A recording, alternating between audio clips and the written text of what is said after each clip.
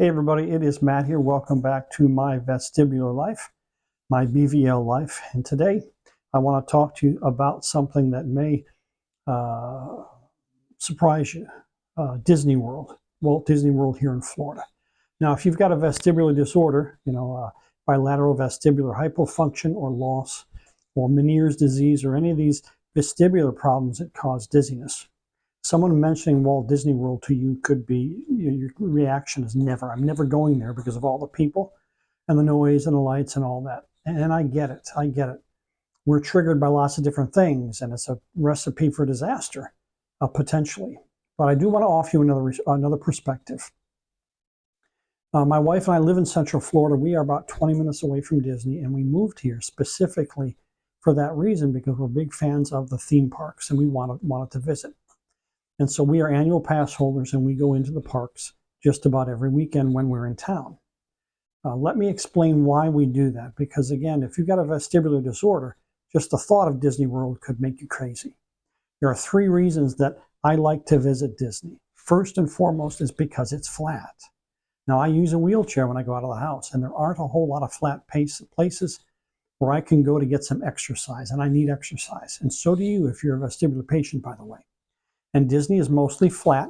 There are some hills, but they tend to be gradual, but it's mostly flat, and I can wheel myself around and get all the exercise I want.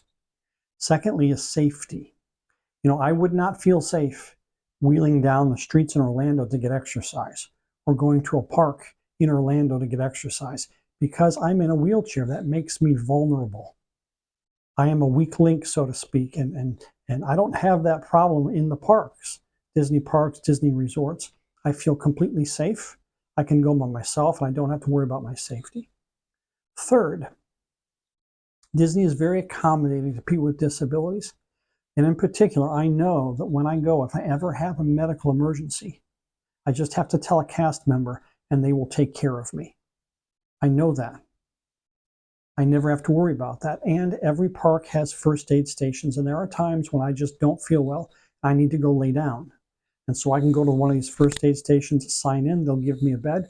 I can lay down until my head recovers, and then I can head home. So it's a very friendly place to those of us with vestibular disorders. As far as the people, the crowds and the noise and the lights and whatnot, you just have to pace yourself. There are times when I just have to pull over and find a quiet place, and they are there. You just have to look for them. But find a quiet place and gather my head. It's not a problem. There are other attractions I can go into where things are quieter and they're more sedate, and I can rest my head. Of course, I always have my sunglasses and my earplugs. And so there are ways around this. Now, having been at it so many years, I've learned how to do this. And maybe you've never been and don't know. And so it could take some getting used to. But trust me, if you're willing to work it out, you can find quiet places. You can rest your head. You can wear your sunglasses. You can work it out and enjoy Walt Disney World. You can do it. There's also something else called the Disability Access Service, and I was going to address that in this video, but I'm out of time. I want to keep this manageable. So what I'll do is I'll produce a second video, and I'll speak specifically about the Disability Access Service. All right?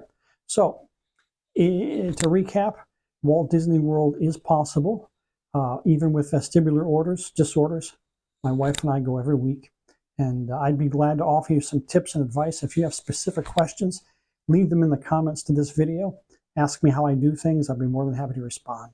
And again, as I said in one of my previous videos, my wife is a travel agent, and she specializes in travelers with disabilities, and she can answer some of your questions. If you're looking to book a Disney World vacation and you need some help, she can help you with that. All right, that'll do it for this video. Catch us next time where I go through the DAS and answer those questions. If you like the content, please be sure to share it. Please be sure to subscribe to our channel and leave your comments in the section below. I appreciate it. Thank you. Until next time, be good.